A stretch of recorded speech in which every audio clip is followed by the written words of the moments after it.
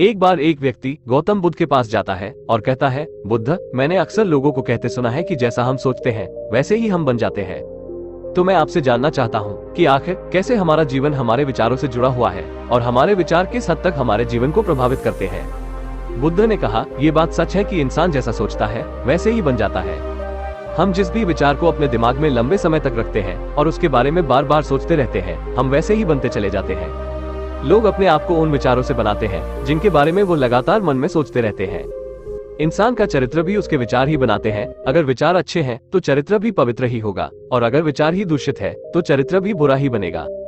अगर तुम ध्यान से देखोगे तो पाओगे कि तुम्हारे जीवन का हर पहलू तुम्हारे किसी न किसी विचार से जुड़ा हुआ है। तुम जो भी हो अपने विचारों की वजह से ही हो। तुम्हारे विचार अच्छे हो या बुरे, ये तुम्हारे जीवन को किसी न किसी रूप में या तो अच्छा बना रहे हैं या तो बुरा। हमारा चरित्र भी वैसा ही बन जाता है। जिस प्रकार बिना स्वस्थ बीज के कोई पेड़ नहीं हो सकता, उसी तरह अच्छे विचारों और अच्छे चरित्र के बिना कोई इंसान सफल नहीं बन सकता। और अगर आपके विचार नकारात्मक हैं तो वो आपके जीवन को गलत दिशा की ओर मोड़ देंगे। उसी प्रकार हम अपने जीवन में अपने विचारों और कर्मों के माध्यम से बहुत से बीज बोते हैं, और उस बीज का फल या तो हमें सुख दे सकता है या दुख।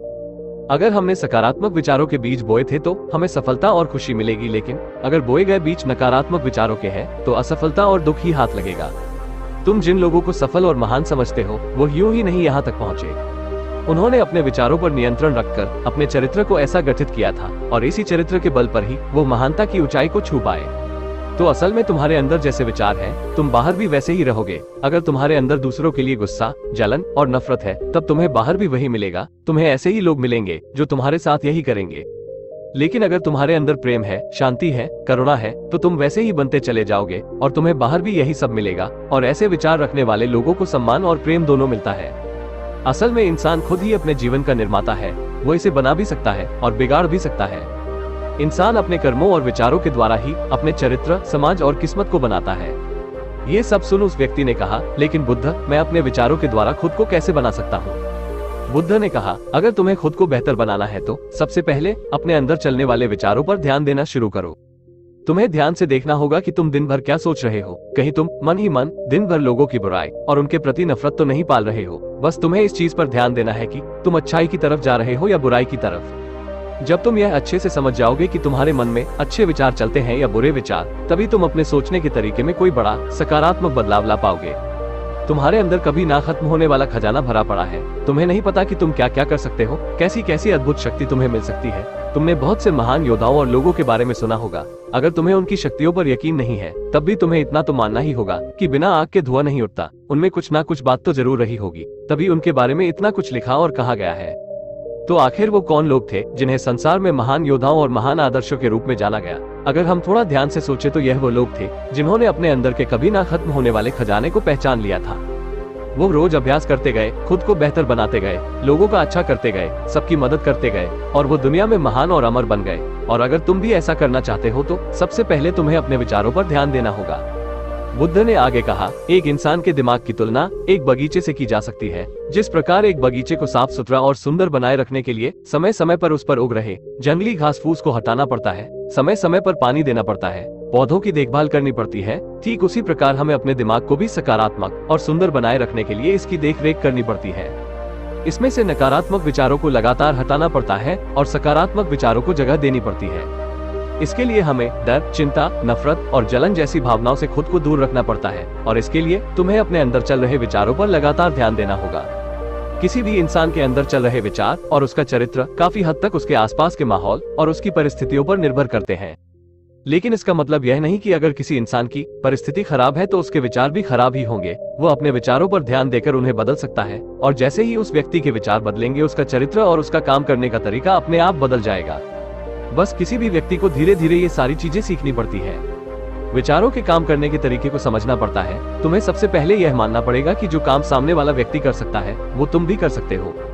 बस तुम्हें इसके लिए बार बार अभ्यास करने की जरूरत है, नई चीजें सीखने की जरूरत है। और जैसे जैसे तुम्हारी सोच बदलेगी, तुम्हारी परिस्थितियां भी बदलती चली जाएंगी। जो भी विचार तुम बीज के रूप में अपने मन मस्तिष्क में डालते चले जाओगे, वो धीरे धीरे तुम्हारे चरित्र में, तुम्हारे कामों में दिखना शुरू हो जाएगा। और जब एक बार वो विचार तुम्हारे अंदर जड़ें जमा लेगा तो तुम्हें सफल होने से कोई नहीं रोक सकता। लेकिन अगर वो बीज यानी विचार नकारात्मक है तो तुम्हें असफल होने से भी कोई नहीं बचा सकता। इसलिए अपने विचारों के प्रति बहुत ज्यादा जागरूक होने की जरूरत है कि तुम कैसे विचार अपने अंदर डाल रहे हो।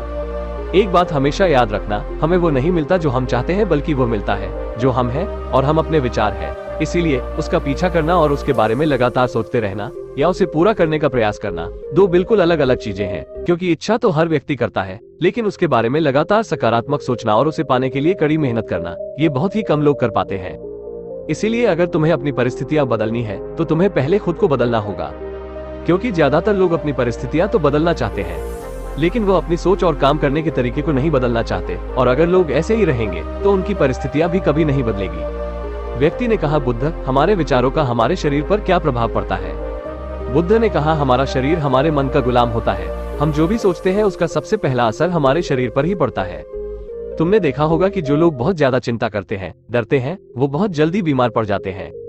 इसके साथ ही जो लोग दूसरे के प्रति जलन रखते हैं और हमेशा नकारात्मक सोचते रहते हैं, वो भी बहुत ही जल्द मानसिक और शारीरिक बीमारी की चपेट में आ जाते हैं। और अगर तुम भी ऐसे ही विचार रखोगे, तुम्हारे साथ भी ऐसा ही होगा। इसके विपरीत जो लोग हमेशा खुश रहते हैं, दूसरों का अच्छा सोचते हैं और हमेशा स्वस्थ रहने का विचार रखते हैं, तो उनकी ऊर्जा भी वैसे ही बन जाती है। और इस ऊर्जा का सकारात्मक प्रभाव सबसे पहले उनके शरीर पर ही पड़ता है। क्योंकि जिस व्यक्ति का दिमाग शांत है, उस व्यक्ति की शरीर की आधी बीमारी अपने आप ही खत्म हो जाती है। हम स्वस्थ रहेंगे या बीमार, यह हमारे आसपास के माहौल और परिस्थितियों के अलावा हमारे विचारों पर भी निर्भर करता है। एक कमजोर और बीमार विचार हमारे शरीर को भी कमजोर और बीमार ही बनाता है। तुमने अपने आसपास ही देखा होगा, जो लोग बीमार होने से सबसे ज्यादा डरते हैं, वही लोग सबसे ज्यादा बीमार पड़ते हैं। इस डर ने लाखों लोगों की जान ले ली है। इसके विपरीत जो अपने शरीर के बारे में अच्छा सोचते हैं, खुद को स्वस्थ और मजबूत महसूस करते हैं और जिनके विचार शुद्ध होते हैं, उनका शरीर भी वैसा ही बनता चला जाता है।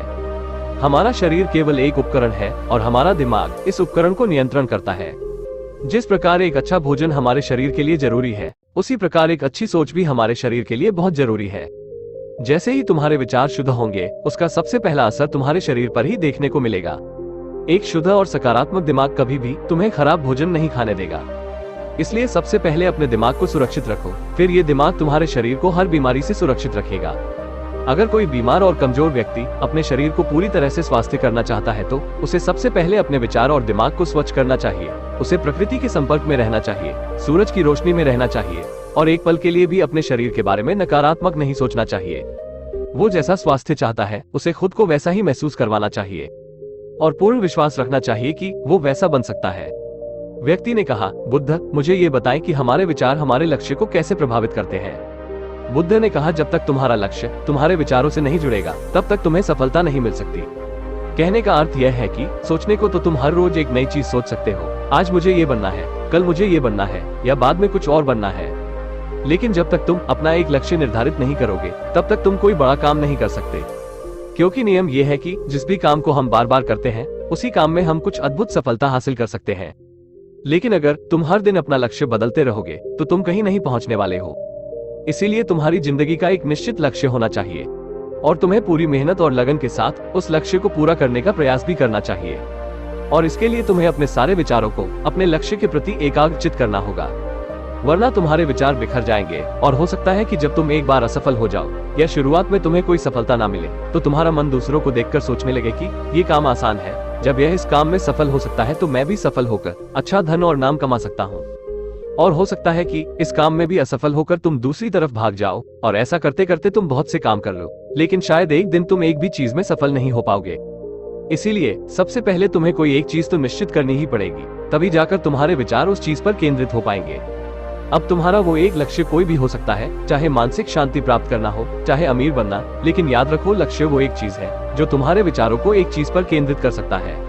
अगर तुम अपने लक्ष्य को हासिल करने में बार बार असफल हो रहे हो, तो इसका मतलब यह नहीं कि तुम उसे हासिल नहीं कर सकते, बल्कि इसका मतलब यह है कि तुम्हारा अपने लक्ष्य को हासिल करने का तरीका गलत है। तो तुम्हें अपने लक्ष्य को नहीं, बल्कि अपनी सोच और अपने काम करने के तरीके को बदलना है। अगर तुम ऐसा करते हो तो तुम धीरे धीरे सीखकर अपने लक्ष्य तक पहुंच ही जाओगे। इसलिए कभी भी असफलता से डरना मत। अगर तुम्हें कुछ बड़ा हासिल करना है तो तुम्हें अंदर से बहुत मजबूत बनना पड़ेगा, क्योंकि चाहे तुम कुछ भी करो, लोग हमेशा तुम्हें अपनी बातों से कमजोर और हताश करने की कोशिश करते रहेंगे। और फिर अगर तुम डर गए, तुम अपने किसी भी लक्ष्य में सफलता हासिल नहीं कर पाओगे, क्योंकि डर तुम्हारी हर आशा और उम्मीद को खत्म कर देता है और तुम्हारे हर विचार सिर्फ तुम्हारे डर तक सिमट कर रह जाएंगे।